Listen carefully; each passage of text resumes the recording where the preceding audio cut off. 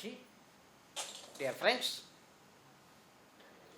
our obeisance to Lord Shiva. Next slide, please. Om Namah Shivaya. Next one. This is about the conference. Next one. A brief introduction about myself. Next. I will directly go to the paper. The sacred ash, Bhasma, is a symbol of Shaivism. Although it is prevalent in the Smartha tradition as well, particularly in South India. Lord Shiva wears it on his forehead and on his body. It is not the ordinary ash. It is the ash collected from the cemetery which he wears of the burnt bodies, ashes of the burnt bodies, to be exact. The Lord dances also in the cemetery. Well, there are a number of Puranic stories as to why the Lord should wear the ash of the dead bodies and dance in the cemetery. I am not going into that. But from philosophical point of view, it represents the spirit of renunciation on the part of the Lord. The Lord teaches how to renounce. That aspect is very important here in the wearing of the sacred ash, Vairagya and other concepts. Next slide, please. There is a beautiful explanation given in the Shiva Mahapurana. It's already has been narrated in the morning, so I will rush through it. Well, the science says every action has an opposite and equal reaction. So, as we think of the creation, it should be preceded and followed by destruction. So, the Lord burnt the universe and wore the ash. Thereby, he is taking the essence of the universe for the next creation. Next slide. Why does the Lord take the essence of the universe? Why should he take it? Well, the example that is given is, the king is taking the taxes for the welfare of the nation. It's already been explained in the morning. And also we burn the plants, burning in the sense cooking, to get the essence, to eat the essence. Likewise, the Lord takes the essence of this creation to create the next one. Next slide. Yata hi jataragnihi bhakshyadin vividhan bahun dagdva saratanam sarat swadeham paripushyati, etc. That is of the another verse says, it's all from Shiva Mahapurana. Just as the gastric fire burns the foodstuff, likewise the Lord, and takes the essence, likewise the Lord burns or wears the sacred ash to indicate that particular thing, that he is taking the essence of this creation to go for the next creation. Next one. It continues. Tata prapanchakarta api sa shivaha parameshwaraha swadhishtaya prapanchasya dagdva saram grihitavan. Next slide. Dagdva prapancham tad bhasma svatmani aropayet shivaha uddhulanasya vyajena jagatsaram grihitavan. So after burning the world, the Lord applies the ash over his body. Under the pretext of destruction, he has taken the essence of the universe for the next creation. That is what we understand. The Karanagama says, it gives a beautiful explanation for Bhasma. Bhasayat yakilam jnanam nityam bhasayate chayat bhakshanat sarva papagnam bhasmeti parigiyate. The explanation for Bhasma. It eliminates every knowledge. It's, resplendent, and it can be taken as a medicine, mixed with water and taken as a medicine, the Bhasma. Therefore, it is called Bhasma, Bhakshanat, Sarva Papagnam, and all the sins are removed by that. Next slide. A few ideas about the value of the sacred ash. Well, number of Upanishads, and particularly Bhasmajala Upanishad, they refer to the sacred aspects of the ash. Next slide. There are two major types of ash. One is called Mahabhasma and the other is called Svalpa Bhasma. Next slide.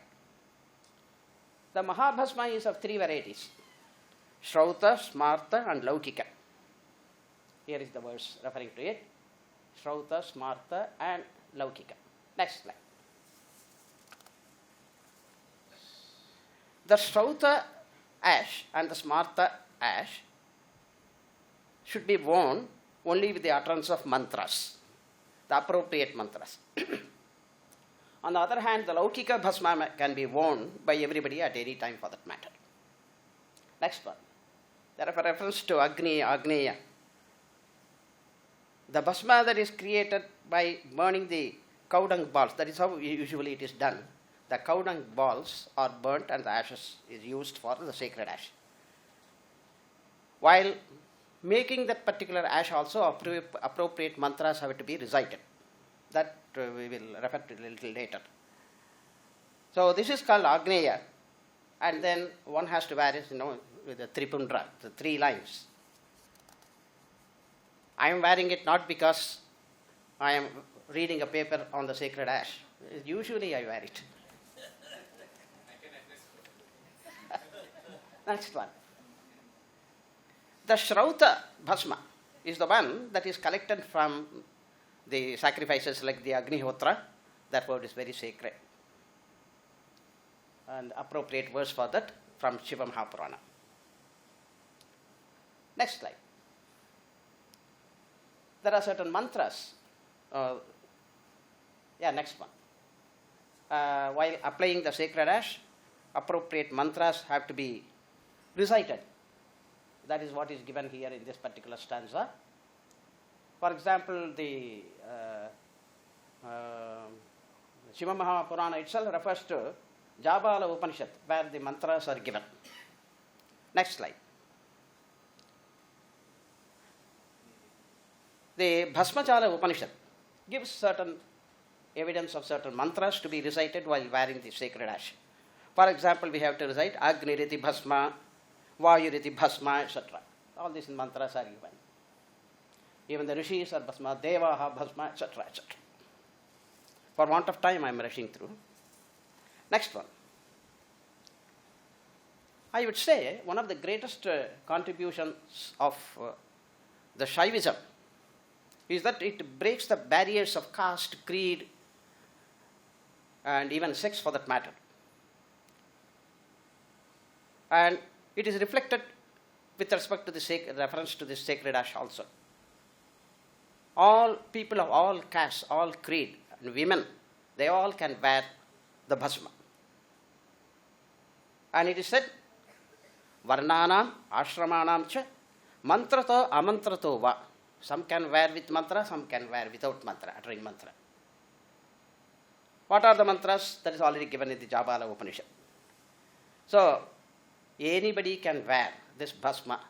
What is needed is the spirit of devotion. Devotion to Lord Shiva. That's all. Next slide. The sloka says that even gods and goddesses, people of the upper caste, the lower caste, the tribes, all can wear the sacred ash. It's a very beautiful verse here. Next slide.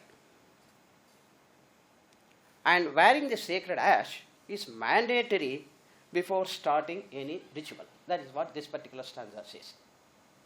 And it also says about the Tripundra and Uddhulana, the 3 lines to be worn. And people belonging to all ashramas also can wear.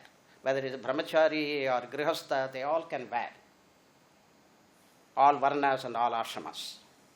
And what is the benefit? Next slide. It leads to liberation, moksha.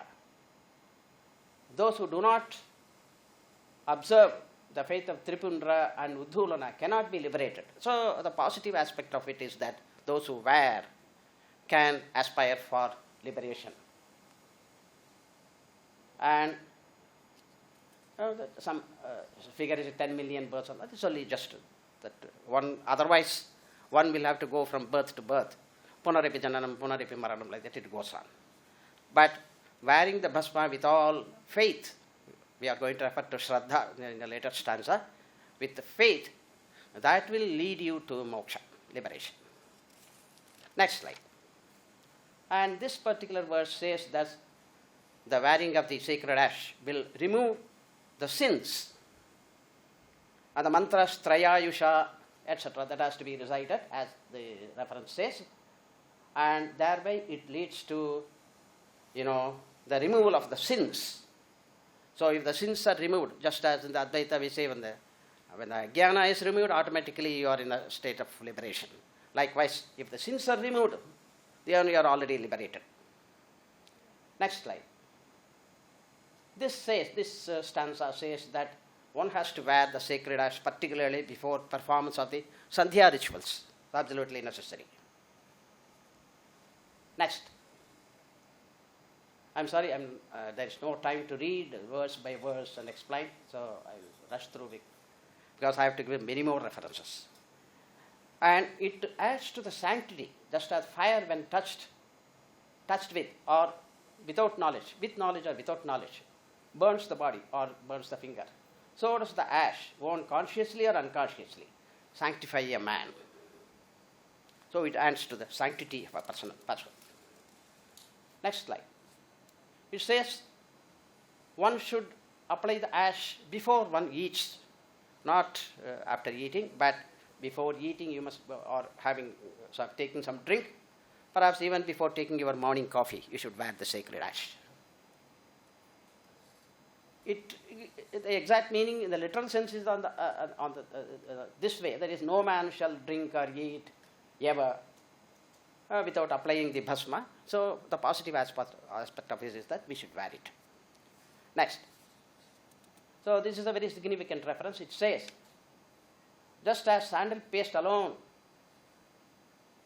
can be applied over sandal paste, so also the sacred ash has to be worn independently. No other mark should be worn over it. Some people, out of their own, as a decorating aspect, they wear the chandan or kumkum.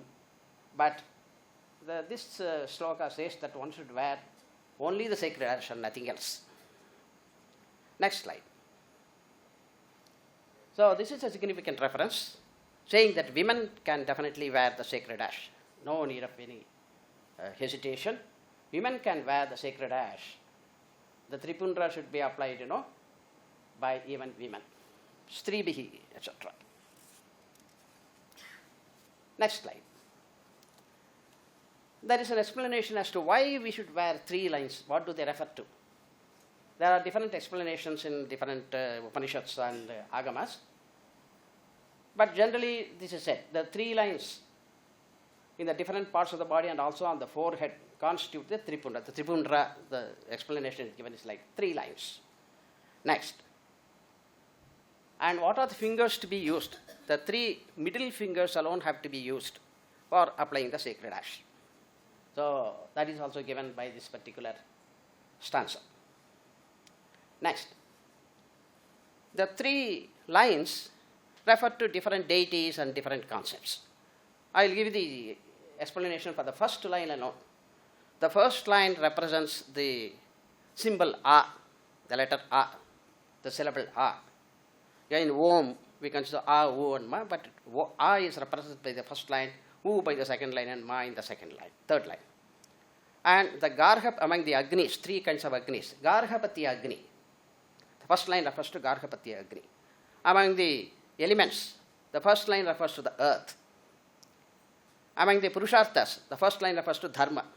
The second and third refer to Artha, Kama, etc. And the first line refers to, among the 3 Vedas, Rigveda. And among the Shaktis, it refers to Kriya Shakti.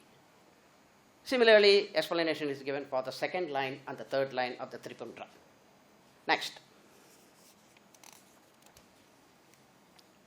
What are the places on the body where you can wear the sacred ash? 32 places that is listed on the head, on the forehead, and on the nose, on the elbows, on the wrists. Like that, 32 places are mentioned on which one should wear the sacred ash. You may ask a question, how can you wear the sacred ash on your head? People like me can comfortably wear it. So I would suggest even the youngsters to sport the hairstyle of like mine. So you can comfortably wear the sacred ash.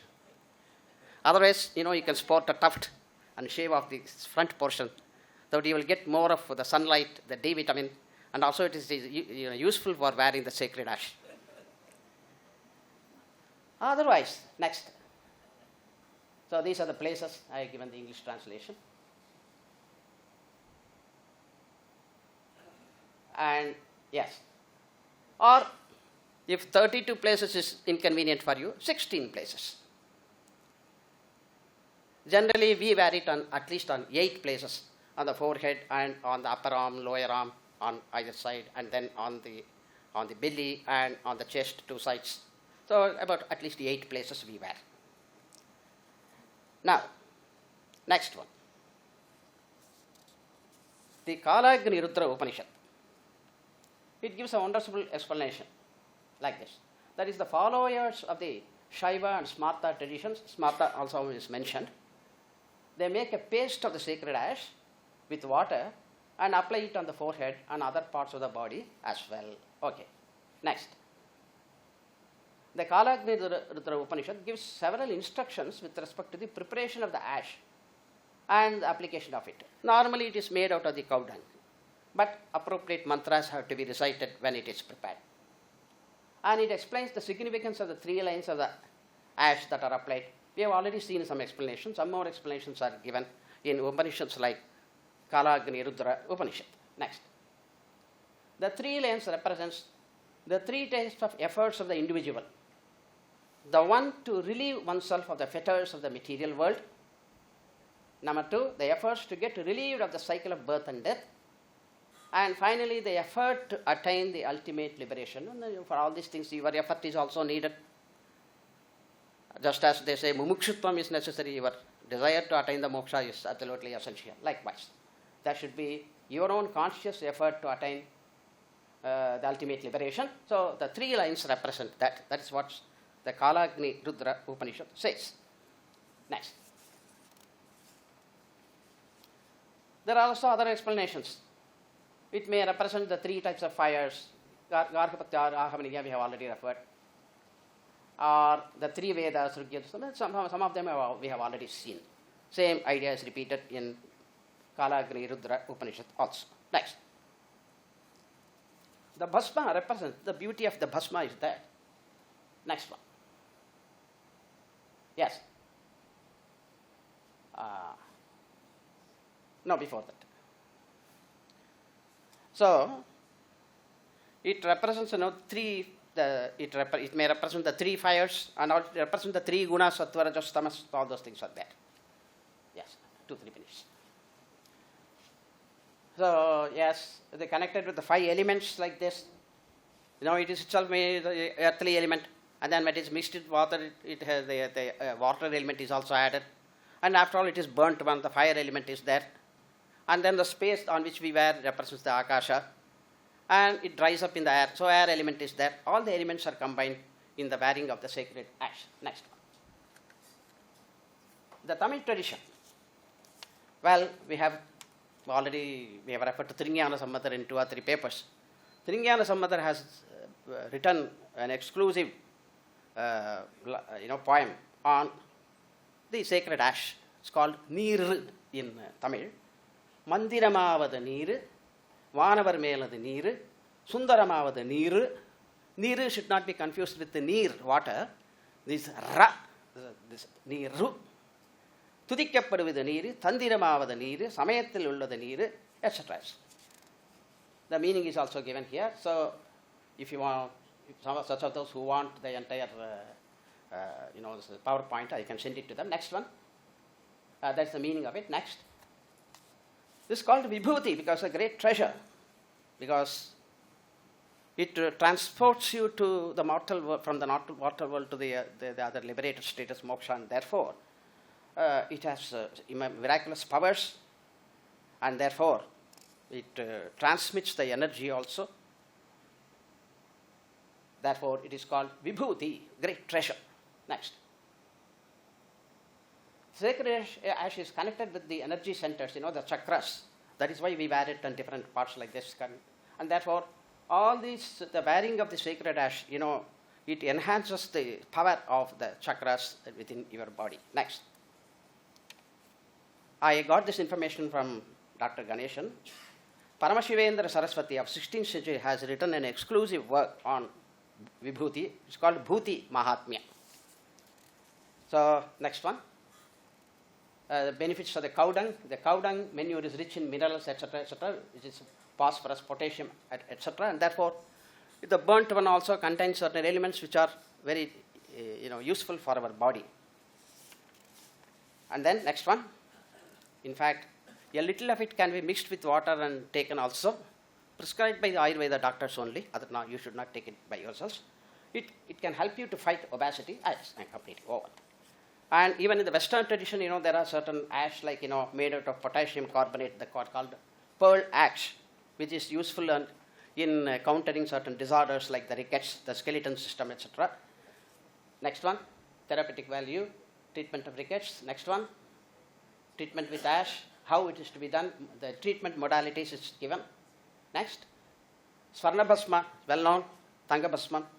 Next, Sri Shankaracharya's work, well, he says, Apasmara, Kushta, etc., all these Kshaya Roga, all these things can be removed by wearing the sacred ash that is given at the temple of Kumara, Murugan. And also, even mental diseases will run away if you wear the sacred ash. Next. So, uses of ash, I have given a lot of ideas. For example, the ash of the peepal tree, not necessarily cow dung, if the peepal tree, it contributes to your spiritual outlook. Next one, modern uses of the ash, volcanic ash, etc. It seems the Black Sea and Dead Sea, they contain this volcanic ash at the bottom. It seems Cleopatra used to take that ash, that clay, and wear it because it contained, she used to apply it. That contributed to her beauty. And next one.